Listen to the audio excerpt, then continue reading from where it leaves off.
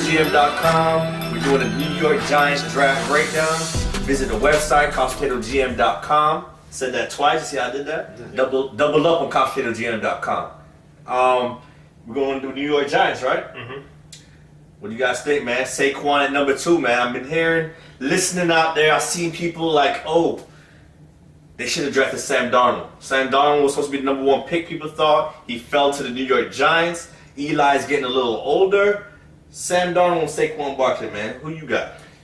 I'm a Saquon here, and I think earlier before they had drafted, I would say go quarterback. But I'm on this train right here, man. And this is the reason why, man. Eli's playing another 4 or 5 years. That's the thought going into it. Sat him down, had a conversation with him. Eli, what are we doing? How many more years you got? Coach, I'm in here for 4 or 5 more years. Okay, well that means we're not going quarterback. That means we need to protect him in terms of the offensive line. We need to get him an actual running back because the carousel that we got going on is not it. Okay, and you go out and you get the best at his position. One of the rare players in this draft. There was only 3. 3 rare players. There's only 3 rare players. I mean, I like to sneak my guy Vita Vea in there, but I don't, I'm to fight some people for that, so I'm going to leave it alone. We had a Nelson. They had a shot at a Nelson. They had a shot at a Saquon, and they had a shot at a Roquan. But they chose Barkley, man, and he's dynamic, man. He can return kicks, man. He makes people miss, man. He can jump over you.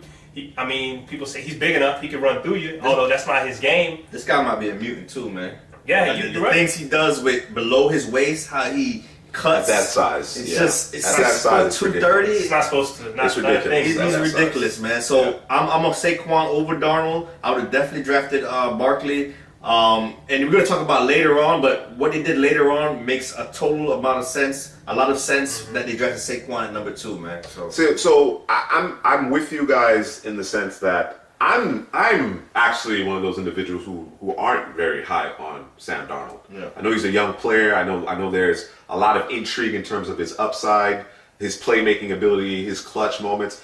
I think some of that's overblown. But to that point, I was also, prior to the draft, I was a little hesitant about taking a running back at that point. Yeah. Too. At number 2 overall, I was questioning that. I thought, well, maybe, Bradley Chubb. Well, they're not doing an even man front, they're doing an odd man front. Okay. Then Quenton Nelson. The Giants have had such an issue with their offensive line. Go get Quenton Nelson. That was a top prospect in this class for all 3 of us. A lot of people believe Barkley is the top prospect. We were on the Quenton Nelson train. Mm-hmm. The fact that they drafted Will Hernandez in the second round has changed the entire dynamic for me. I didn't hate the pick of Saquon. Now I love the pick of Saquon because they added Will Hernandez to that mix to stabilize the left side of that offensive line with Nate Solder now in place. So I'm all for that. As for Darnold, I'm going to save that for the Jets video. Yeah. Tune into the Jets videos coming. Want to talk about Will Hernandez? Well, I call him Big Nasty. That's what I call him, man. He's just old school, physical power offensive guard, man. Put him next to Nate Solder, like you said. Saquon, run left. I think he's more talented Richie Incognito. I think he's a classic guard that's going to beat you up, can play in the phone booth, and certainly in the running game, he's a mauler. You know what I'm saying? I think he's going to be terrific. And what I like about Will Hernandez, other than his power and his strength, his feet. His feet is really underrated. He uses it real well in a phone booth, like you said. And this guy is going to be a Pro Bowler, man. I'm calling it. And coming from UTEP, he's probably he's going to get better coaching, which is going to make him an even better player, obviously. So, I mean, it's a good pick, man. Listen, Giants GM, man, he saw it, man. He saw the picture. He knew what he was doing, man. And Gettleman. First year over there? Yeah, David Gettleman. And, I mean, I'm trying to come up with an analogy here. Someone's painting a picture, man, and they do a couple of strokes, and you can't figure out what the hell they're painting, man. Sure. You're like, what is this? Real garbage, abstract, man? right? You come back an hour or 2 later, and then you come back, oh my gosh, the Mona Lisa, there it is. I get it. So I mean, as a Giants fan, some of y'all were probably losing your mind, like, what the hell? And then you come back day 2, and you scoop up Will Hernandez, not 10 minutes, 20 minutes into the draft. You got your it was a 50-50 because I've heard, to your point, I've heard Giants fans, really feel like, oh man, I think we, as much as I like Saquon, I think we probably should have gone in a different direction. Eli has been, let's say, inconsistent at best for the last few seasons. You can certainly make an argument for Eli being on a decline, a steep decline in terms of his productivity. So I get it. in a class with a lot of quote-unquote first-round talent at quarterback and the subsequent classes that are coming out, you might want to go get your quarterback now. You mentioned they had to sit down, they looked into Eli's eyes, and maybe he does have 4 or 5 years, but are they good football? Is there good football in that? Yeah, but you got to think, though, this team, offensive line-wise, running back-wise, has just been terrible. I agree. I agree with that. Like, Eli's not this guy. He's not Peyton Manning where he's going to da-da-da-da-da-da-da, boom, boom, boom. You know what I mean? And then you talk about... The supporting cast has to rise. He needs a better supporting cast. And they did that. You're talking about you've almost assuredly shored up the offensive line for the most part. You got a star in the backfield and a running back in Saquon Barkley. You got a star in the ballerina that is Odell Beckham. I mean, and then you got Evan Ingram. The pieces it's coming together. The picture is coming together. You're moving them around. You're shaping it up, and it's coming together, man. Yeah. So, the Giants, man, they did a really damn good job with the first 2 picks. But what about their 3rd round pick? The 3rd round pick? Yeah. Lorenzo Carter? Yeah. Listen, Lorenzo Carter came in, 5-star prospect into Georgia. Didn't really live up to the hype. He's a workout warrior, like you said, the measurables. I'm not mad at him in the 3rd round. Sure. People were talking 1st round, 2nd round. I didn't see that there. But put him in the 3rd round. They running that 3-4 defense. Let's see if you can get on the edge, get to the quarterback, and just don't think as much, So I'm not mad at Lorenzo Carter in the 3rd round. He did a lot of different things at Georgia. Yeah, they had him standing up, had him coming with a 3-point stance, put a hand in the ground. He's a long, rangy fella. I like the pick. I like the fit. They're going to a 3-4. It's a good pick, man. He never, like you said, never reached his max potential. Maybe he does that here for the Giants. Yeah, it'll be interesting. They got Jason Betcher now as the defensive coordinator there, bringing a 3-4 attacking. So you'll see the same thing with Olivier Vernon. He'll stand up. If they go even man front, he'll put his hand on the ground, come off the edge, that type of thing. So maybe they're trying to work a little Legos, have some guys with some serious athleticism and kind of put them in a position to be successful, scheme them up a little bit. Yeah, and then also in the 3rd round, they went and got B.J. Hill, another guy in that front 7, man. He's going to be in the trenches with Snacks Harrison. So, shore up that run defense. The Giants' run defense, defense period, has been pretty poor over the last couple of seasons. So, over the last season, they were pretty good the year before. Yeah. But, I think B.J. Hill, he's just a big body that could shore up the run defense. I mean, he allowed your boy to eat Bradley Chubb to eat at NC State, so why not allow Olivier Vernon to eat? They got D tackles though. They got D tackles, and was it Tomlinson? I think they're trying to get. I think it was a depth pick. I think they may feel like Tomlinson can probably play the 5 technique. Yeah. You know what I mean? So they're changing. They need someone to spell snacks. You know what I'm saying? Absolutely. Hill is probably that guy. I think Tomlinson is a starter.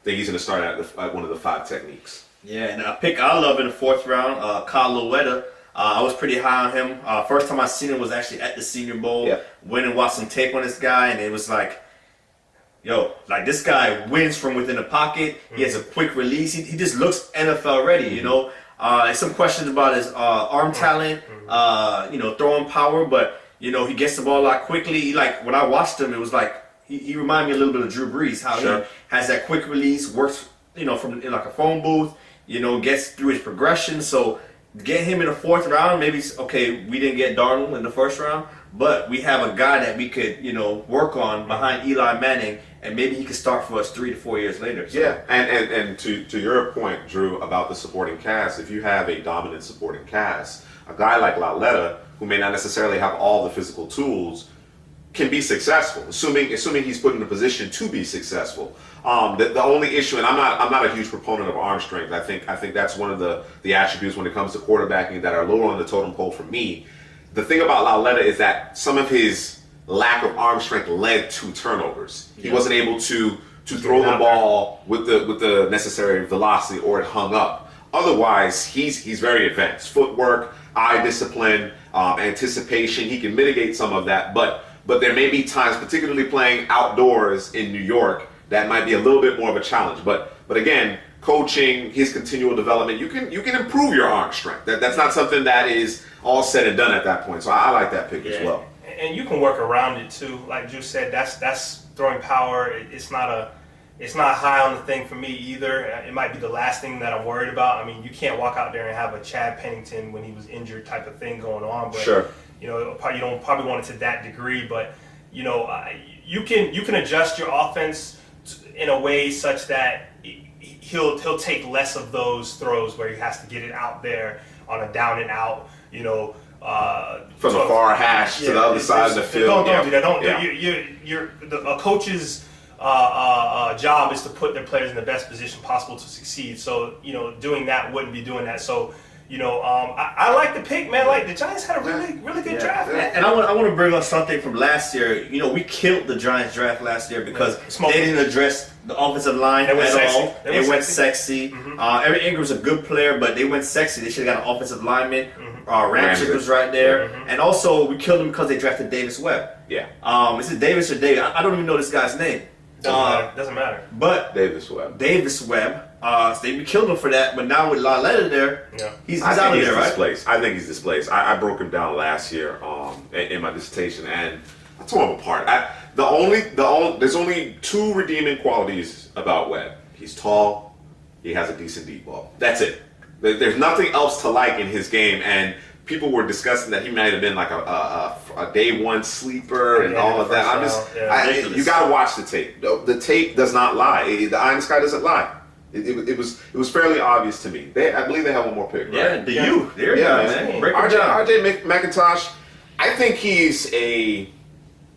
has the ability to play a 3 technique. I would have liked to see him in a even man front more often. In Miami, there was a transition from Al Golden to Manning his defense, and it was a bit of a hybrid, so they did a little bit of both. I think he provides some flexibility. He'll probably be a 5 technique. And 3rd and long, he'll probably slide inside if he remains on the field. He didn't test very well, but I like his use of hands. I think there's more meat on the bone for him. He gets in that meeting room with Snacks, Vernon, and adds some pass rushing moves to his arsenal. I think he could be a really good rotational player and become a quality starter over time. And this goes for all Miami players that were drafted, undrafted.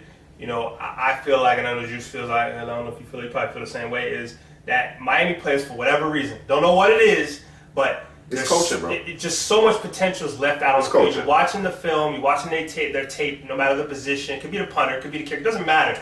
And it's just like, they're almost there. You could just see it, and it just never materializes into the final finished product that you think that this player could be. So it's coaching. Yeah, I agree. It's coaching, man.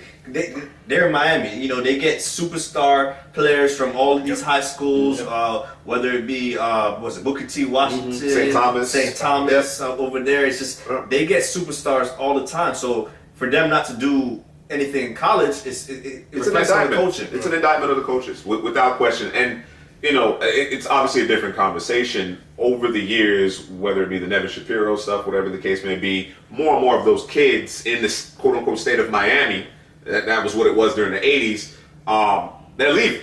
They're going to Ohio State. They're going to Michigan. They're going to USC. They're going up to FSU and UF. You know what I mean? Dalvin Cook should not have made it out of South Florida, but he did. You know what I mean? His brother went to Georgia. You know what I'm saying? But I do think that is slowly changing. I think that is slowly changing. The Randy Shannon, Al Golden years, they were lean, man. As far as coaching is concerned, Shannon did a great job recruiting talent, but he didn't coach them up. Al Golden did neither. So that's what you have. Mark Richt turning it around, man. I just need him to polish these players up, man. The potential is oozing, and don't be surprised, man, if maybe in year 2, year 3, we talk about McIntosh being, maybe displacing one of the other guys. I know that ball is there, but sure, it's possible. He can push them. He has the ability to push them. He definitely does. I agree with you, Headley, in terms of when you look at their 2017 class versus the 2018 class, it doesn't mean that we didn't like some of the players in them. I thought Tomlinson was a good pick. I'm a big fan of Wayne Gallman. He probably won't see the light of day now, but I really like Wayne Gallman. They were a little too cute. They got away from what led to their championship runs, which was that pass rush, was the physicality on both sides of the line of scrimmage. The one issue I do have with this year's class, which again I think is really good, is that they didn't address that secondary. And they've had some changes, and you don't know what you have in Eli Apple. DRC is no longer there. They got some question marks there. It's going to come down to Eli Apple. Yeah. Can he, forget what happened last season? Sure. Get his head in the game, and because he's going to be starting out there, right? At least nickel corner. They don't really have any options. So, yeah.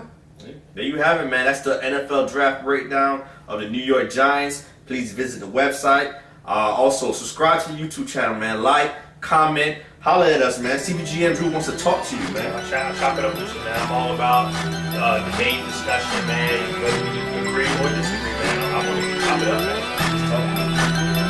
Is in the building.